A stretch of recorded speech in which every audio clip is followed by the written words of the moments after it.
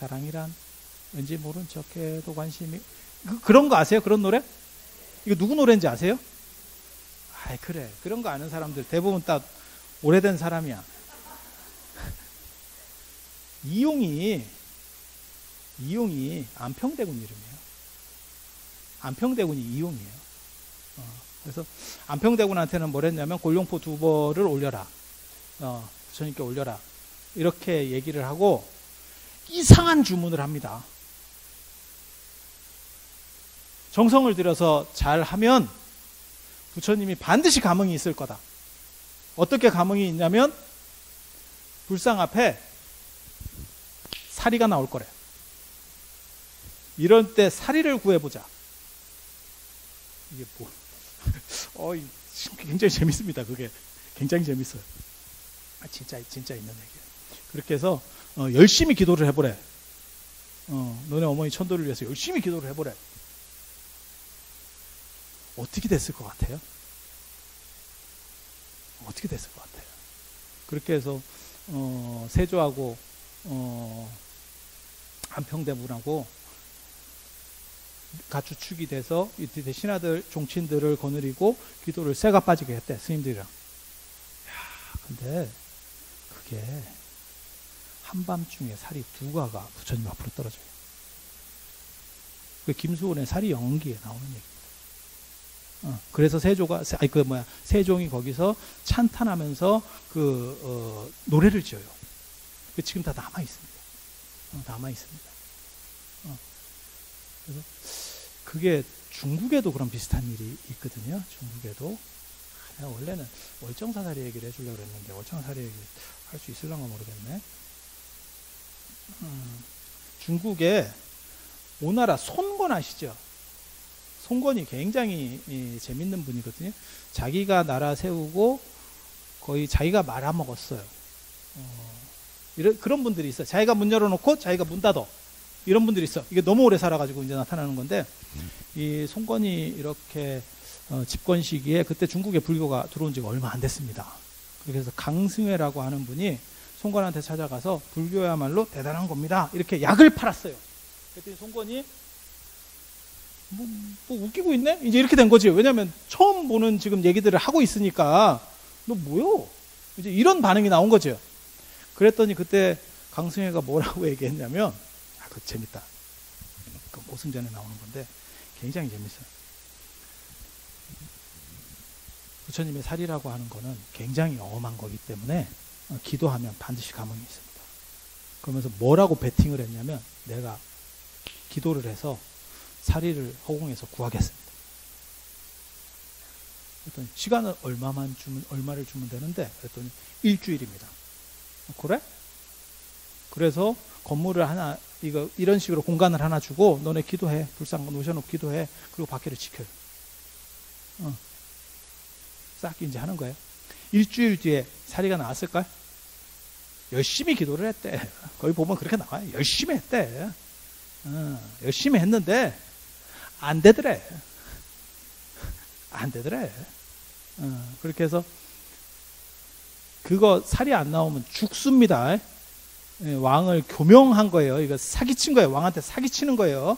그래서 일주일만 이제 늘려주시면 안 됩니까? 이렇게 했다는 거예요. 조금 없어 보이지. 조금 없어. 그러고 보면 세조는 대단한 거예요. 세조하고 안평대군은 대단한 거예요. 하루 만에 끝냈어요. 하루 만에. 김수원이 누구냐면 신미대사. 신미가 김수성이거든요. 그래서 김수성 신미 동생이에요. 그렇게 해서 일주일을 열심히 또 기도를 했대요. 나왔을 것 같아? 안 나왔어요. 그랬더니 어떻게 했는지, 이게 쇼부의 제왕이다. 또 일주일만 단락했대요. 싹싹 빌면서 일주일만. 그랬더니 그럼 그래 보든가. 근데 이게 그렇게 가능하겠어? 이제 이렇게 생각을 하는 거죠. 그렇게 해서 일주일 하는데 그 마지막 진짜 날이 바뀌는 직전에 구리 구슬 속에 땡그랑 하는 소리가 나대. 그래서 거기 사리 2가가 나온 거예요. 그렇게 해서 그 구리병을 놓고 거기서 이제 기도를 하는 거예요. 그걸로 떨어질 거라고. 하고 땡그랑 소리가 났고, 그거를 이렇게 봤더니 빛이 나오더래, 그 안에서.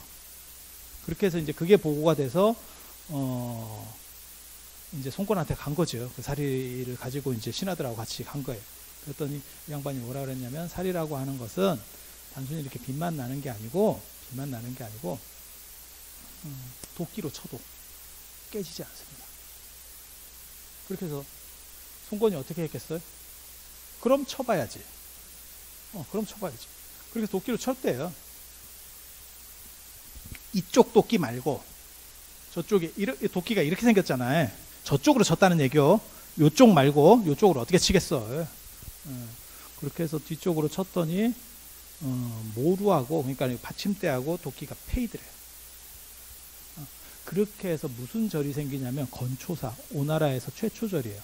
처음으로 절을 지었다 해서 건초사야. 처음으로 시작된 절. 그리고 그 동네를 불탈이라 그래요. 부처님 동네, 부처님 마을, 이렇게 부른다고. 근데 우리나라도 이런 사리 얘기가 있어요. 이거보다 더 진귀한 사리 얘기가 있어. 더 진귀한 사리 얘기. 근데 그거를 얘기하기는 조금 그렇고, 여기 월정사에 있는 사리 얘기를 해줄게요. 그 얘기를 해주려고 하는 거예요. 그 얘기를 해주려고. 혹시 광릉 수목원 아세요? 가보셨어요? 광릉 수목원? 거기가 왜 광릉인지 아세요? 수목원은 알잖아. 나무 있는 데니까 뭐 수목원이겠지. 근데 거기가 광릉이라는 게 있었기 때문에 주변은 나무를 못 베게 했어요. 여기도 마찬가지입니다. 여기가 오대산 사고가 생기면서 주변 40리를 나무를 못 베게 했어요. 그래서 여기가 원래는 굉장히 대단한 나무들이 많았던 데예요. 그래서 그거를 일제강점기 때 일본 사람들이 실어가기 위해서 여기에 철도를 깔았어요. 지금도 철도 까는데 돈이 엄청나게 드는데, 일제강점기 때 철도를 깐다는 건 돈이 무진장 많이 드는 거예요. 그런데도 여기 나무들이 너무 좋으니까. 왜냐하면 임진왜란 끝나고 나서 1592년이 임진왜란이고, 그 이제 7년 전쟁하면 한 뭐 1600년 정도 되면 이제 임진왜란이 끝나겠죠. 98년인가 끝날 거예요, 아마. 그리고 나서 좀 있다가 여기 이제 오대산 사고가 들어오니까, 그 뒤부터 나무를 제대로 못 뺐으니까. 그리고 그냥 냅두면 원시림은 나무가 크지 않습니다. 여러분 아시는지 모르겠는데, 여기는 스님들이 사니까 감벌을 하잖아요. 그러니까 나무들이 굉장히 좋았다는 거예요. 그래서 여기 박물관에 가보시면, 오대산 월정사 성보박물관에 가보시면 이렇게 철도가 들어온 사진이 있어요. 사진이 있어요. 그러니까 뭔가 사연이 있는데 이런 대단한 나무들이 있는 거예요. 그래서 광릉 수목원도 광릉이라는 게 있어요. 그게 왕의 무덤입니다. 왕 무덤은 한양으로부터 80리, 주변 80리 안에 쓸 수 있어. 그 광릉이 진짜 중요하거든. 진짜 중요해. 왜? 저 같은 경우는 이렇게 수목원이나 그런 데 가면 제가 광릉을 꼭 가서 참배를 해요. 참배를 합니다. 그게 세조 무덤이에요. 세조한테 참배하는 게 아니고, 그 무덤이 열리면 저는 역사가 바뀐다고 생각하는 사람이에요. 거기에 모든 불교적, 그러니까 조선 초기에 무슨 일이 벌어지냐면, 아까 얘기했었잖아요. 절을 37개 남기고 뭐 다 없애고 뭐 이렇게 하잖아요. 그러면 거기서 부처님 사리도 나오고, 그 다음에 조그만 사리기 같은 것도 나오고, 조그만 금불상도 나오고, 뭐 이런 게 나오지 않았겠어요? 신라시대 때, 삼국시대 때부터 모셨던 것들이 다 나오지 않겠어요? 그거를 녹여서 파는 사람도 있지만, 예전에는 문화재는 상향한다 이런 얘기 들어보셨어요? 뇌물로 문화재를 쓰는 거예요. 그러니까 예를 들어서 세조같이 불교 좋아하는 사람, 그 다음에 또 누가 있냐면 세조 삼충이지, 효령대군. 세종 형이잖아요. 효령대군이 아마 이볼 거예요. 이런 사람들한테 뭐 이제 부탁을 해야 돼. 뭐 관직 같은 거 부탁해야 돼. 이러면 뭘 가지고 가겠어요? 돈? 야, 돈은 내가 너보다 많어. 이렇게 되잖아요. 그래서 문화재라는, 그 다음에 그 사람이 좋아하는 거. 그럼 뭐 부처님 이게 어느 절에서 나온 부처님 사리기인데요. 이게 진짜 대단한 거예요. 이러면 갖다 주면 그건 유일물이잖아. 그러니까 예를 들어보세요. 예를 한번 들어볼게요. 누구한테 부탁을 해야 되는데, 저거는 뭐 저 사람이 너무너무 대단한 사람이라 돈 갖고는 안 돼. 뭐 1억을 줘도 저 사람은 눈 하나 깜빡을 안 해. 그런데 저 사람이 추사글씨 같은데 미쳤다고 생각을 해보세요. 그런데 꽂혀 있어. 그러면 추사글씨를 사는데 1억이 들면 예를 들어서 그 정도면 삽니다. 추사글씨는 그 이하로도 사요. 그 정도로 사서 그걸 갖다 주잖아요. 그럼 이 사람한테는 그게 1억이 아니에요. 이해가 됩니까? 그렇게 가는 거예요. 왜? 그건 유일물이기 때문에 돈으로 따질 수가 없어. 그래서 효령대군하고 세조한테 모든 거의 대단한 불교 문화재들이 거의 싹 들어간다고 보시면 돼요. 그리고 그 다음 임금이 불교를 그렇게 뭐 별로 믿었지 않았기 때문에 아버님 돌아가실 때 다 넣었을 거라고 저는 생각하는 거예요. 아버지 좋아하시는 거 제가 다 넣어드릴게요. 이렇게 했을 거라고 생각을 하는 거예요. 그래서 세조 때 무슨 대단한 부처님 사리가 있습니까? 이렇게 생각할지 모르겠지만 안 그래요. 그 이전 시대 전체에 있었던 것 중에서 최고 A급들이 전부 다 허물어지면서 국왕 수중으로 들어가고 있는 상황이에요. 이해가 됩니까? 그래서 세조가 지난 시간에 제가 그런 얘기 해드렸잖아요. 여기 이렇게 등밀로 왔다고. 등밀로 왔다고. 제가 그거 가르쳐 드렸잖아요. 뒤집으세요. 이거의 시조가 여기 이제 문수보살이 시작을 했다. 그래서 한양 사람들이 세조 때 떼국물을 지금까지 먹고 있다. 여기가 한강 시원지니까. 그 물이 남았을까? 없을까? 희석 때도 조금은 있을 것 같지 않아요? 싹 씻겨갔을까? 조금씩 남지 않을까? 어때? 다 없어졌을까? 이게 제논의 역설이라고 하는 건데. 제논의 역설. 그런 얘기 들어보셨어요? 아킬레우스하고 거북이하고 경주를 한대. 아킬레우스는 그리스 히랍 신화나 이런 데서 나오는 가장 건장한 남자예요. 근데 거북이는 되게 느리잖아. 근데 거북이를 여기서부터 출발시킨대. 한 1m에서부터 출발시킨대. 그러면 아킬레우스가 한 1m를 이렇게 간대. 그 순간에 거북이가 쬐끔 가겠지. 얘가 1m 올 때 얘가 10cm를 간다고 생각해봐. 예? 그러면 아킬레우스가 거북이를 못 따라잡지. 이 아킬레우스가 10cm를 가잖아? 그럼 거북이가 또 조금 가겠지. 그 조금을 아킬레우스가 따라가면 거북이가 또 조금 가겠지. 영원히 아킬레우스는 거북이를 못 따라간다. 이게 제논의 역설이에요. 근데 이 오대천 뗏물 사건도 비슷하게 생각할 수 있어요. 그렇게 해서 거기서 감흥을 얻고 창병을 고친 뒤에 자기가 모시고 있었던 아마 사리 중에서 가장 A급 의미 있는 사리 기록이 없어. 안타까운 게 기록이 없어. 어디서 나온 사리를 내가 이렇게 모셨어. 이렇게까지 써줬으면 진짜 대박인데. 그래서 그 사리를 모셔놨던 게 1980 몇 년도인가? 90년대 초반인가? 제가 정확하게 기억이 안 나는데 그때 문수동자상, 저 상원사 문수동자상 복장을 열었을 때 지금 교장 스님 계실 때예요. 그때 열었을 때 그게 나왔죠. 그 사리가 지금 박물관에 모셔져 있어요. 지금 월정사 성보박물관에 모셔져 있어요. 나는 저걸 저렇게 상시 공개하는 거에 대해서 내가 굉장히 비판적인데 저쪽에 전에 이쪽에 박물관이 있을 때는 그렇게 상시 공개를 안 했거든요. 저는 그게 맞다고 생각해요. 자꾸 이렇게 공개해주면 안 된다. 영험한 건 우리가 해야 이게 절이 좀 잘 살지. 여러 사람에게 다 퍼주는 건 좋지 않다. 이렇게 생각하는데 지금 뭐 박물관 장스님이 그래도 많은 사람에게 공덕이 돌아갈 수 있도록 해줘야 된다. 그래서 세 가지 사리가 있어요. 세 가지 사리가 있어요. 시대에 따라서. 신라 시대를 대표하는 사리는 자장스님, 자장스님이 모셔온 사리. 그 사리 중에 하나가 지금 저 뇌사리라고 하는 게 그 세트 중에서 뇌사리가 지금 중대에 모셔져 있는 사리. 근데 그거는 눈으로 볼 수는 없어요. 눈으로 볼 수는 없어. 그리고 통도사에도 내나 그 세트가 있는 거예요. 통도사에 있는 세트는 요 뚜껑입니다. 뚜껑. 그래서 저기 어디야? 성능이라는 분이 1705년에 통도사를 중수할 때, 그 계단을 중수할 때, 그때 무슨 일이 있었냐면 임진왜란이 끝나고 나서 계속 저 남쪽에 있는 통도사에는 사리가 없어 라는 얘기가 되게 많이 있었어요.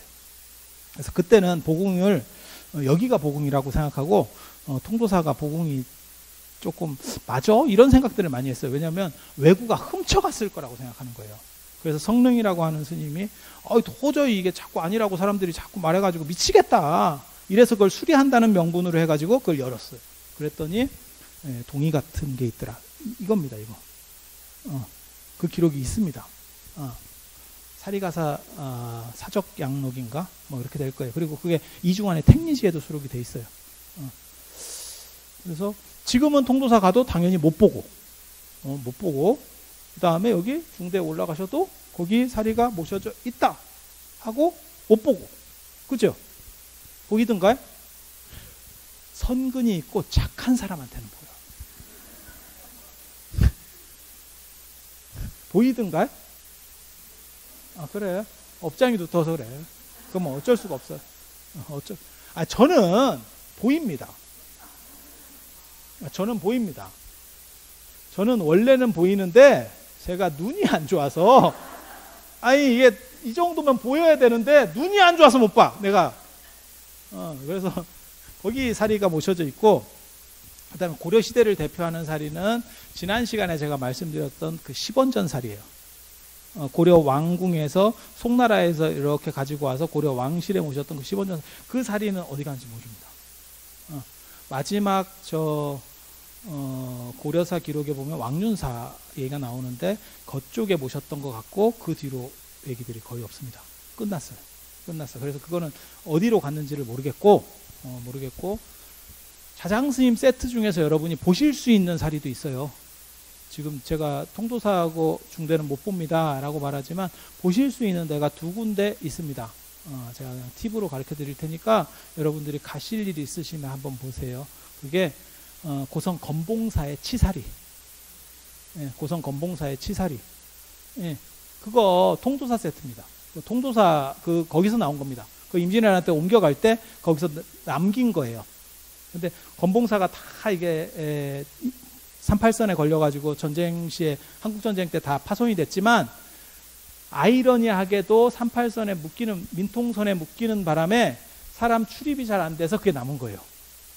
그걸 누가 팔 수가 없었던 거지. 이해가 됩니까? 그래서 그 최근에 나온 거예요. 그래서 그 치사리, 건봉사 치사리, 진주 같아요. 자세히 보면 진주 같아. 진짜 그거 자세히 봤네. 전에 저 부산에 백고자 법회 할 때, 내가 그때 백고자 법회 백고자 중에 한 명으로 들어갔잖아. 감동하지 않는데? 뭔 얘기를 해도 감동을 안 하네. 그래서 그때 그 사리가 이운대에서 내려왔었거든요. 그 사리하고 어디 있냐면 전에도 제가 말씀드렸었어요. 불국사 무설전에. 제가 거기다 기도 붙여놓고 왔는데 전에 가가지고 나 기도 붙여놓고 왔어. 천일기도 잘하고 있나 모르겠네. 내가 건봉사에도 기도 하나 붙여놔야 되는데. 그렇게 해서 그 두 군데서 눈으로 볼 수 있고, 그 다음에 통도사하고 중대에서는 그냥 이따 카드라만 있고 못 봅니다. 볼 수는 없어요. 볼 수는 없고, 물론 저는 볼 수 있는데 제가 이제 눈이 안 좋아서 그런 좀 이제 단점이 있고, 그리고 조선시대를 대표하면 제가 보기에는 요 박물관에 모셔져 있는 저 사리입니다. 세과가 아주 투명하게 있어요. 저건 이제 약간 머리 쪽에서 나온 사리입니다. 여러분한테 잠깐 말씀을 드리면 배나 이런 데서 나오는 사리가 좀 크고 진주같이 약간 둔탁하게 생겼어요. 그리고 투명하고 약간 좁쌀같이 작게 나오는 사리들이 약간 머리 쪽에서 나오는 사리입니다. 그런 게 있어요. 그래서 기회가 되시면 저 밑에 박물관에 가셔가지고 꼭 친견을 하시고, 그리고 사리를 단순히 보는 게 문제가 아니고 그 에너지를 내가 이렇게 흡수해야 돼요. 흡수. 그래서 경건한 마음을 가지고 그런 얘기가 있어요. 제가 그 얘기 되게 좋아하는데, 저 법성계에 보면 의상조사 일승 법계도 거기 보면 그거 나오잖아요. 우보익생 만어공, 하늘에서 보석이 비처럼 떨어져도 라고 하는 게 있어요. 비 대신에 다이아몬드가 떨어지는 거야. 그래도 사람들은 다 지 그릇만큼 받아간대. 그릇만큼 받아간대. 뭐 종작이면 종작이만큼 받아가는 거고, 접시면 접시. 그러니까 접시는 커도 소용이 없어. 이게 좀 암흑해야 돼. 그리고 제일 큰 건 다라 같은 거겠지. 근데 아무리 커서 고무다라 같은 게 있어도 뒤집어지면 꽝이라는 거예요. 그게 내 수용성이에요. 내가 그거를 받아들여서 어떻게 잘해보겠다라고 하는 그 생각이 있어야 돼. 그리고 간절함. 간절함. 그래서 기도할 때 여러분도 마찬가지예요. 지금 아까 제가 그런 얘기 해드렸잖아요. 세조하고 수양대군하고 그 다음에 안평대군 자기 어머니 천도를 위해서 굉장히 간절하게 기도한 거예요. 그랬더니 사리 영웅이 있었다. 라는 얘기가 지금 김소원의 사리 영웅기에 나오거든요. 그래서 여러분도 오늘 지금 큰 마음을 내서 오셨잖아요. 그래서 그런 간절함을 가지고 기도를 하세요. 제가 내일 새벽에 와서 사리가 나왔는지 한번 볼 겁니다. 제가 한번 지켜보겠어요. 그래서 여러분들이 그렇게 간절한 마음으로 하시고,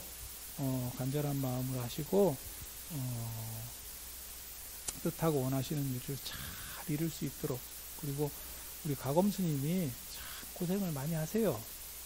그래서 여러분들이 이렇게 같이 이런 기도법사 만나는 것도 참 이게 어려운 일입니다. 그래서 우리 스님께 고마운 생각을 언제나 가지시고, 그리고 복은 이쁜 놈이 받는 거예요. 이쁜 놈이. 그리고 그 이쁜 짓을 잘 하셔야 돼요. 부처님 눈으로 봐도 다 똑같이 보이진 않을 거예요. 그래서 똑같은 자식이라도 그렇잖아요. 예전에 자식이라도 뭐라도 좀 더 챙겨주고 싶은 자식이 있고 조금 덜한 자식, 자식이 많을 때 이게 지금 그런 선택권도 없지만, 그래서 여러분들이 그렇게 이쁜 기도를 우리 가검 스님하고 잘해서 내일 새벽 예불 할 때 좀 봤으면 좋겠어. 다 어디로 가더라고. 새벽 예불 때는 사람이 사라져. 그래서 아무튼 잘 성취하실 수 있도록 그렇게 바람하지 않으면서 다음에 그 기회가 되면 배울 수 있도록 그렇게 하겠습니다. 자, 들어주셔서 감사합니다.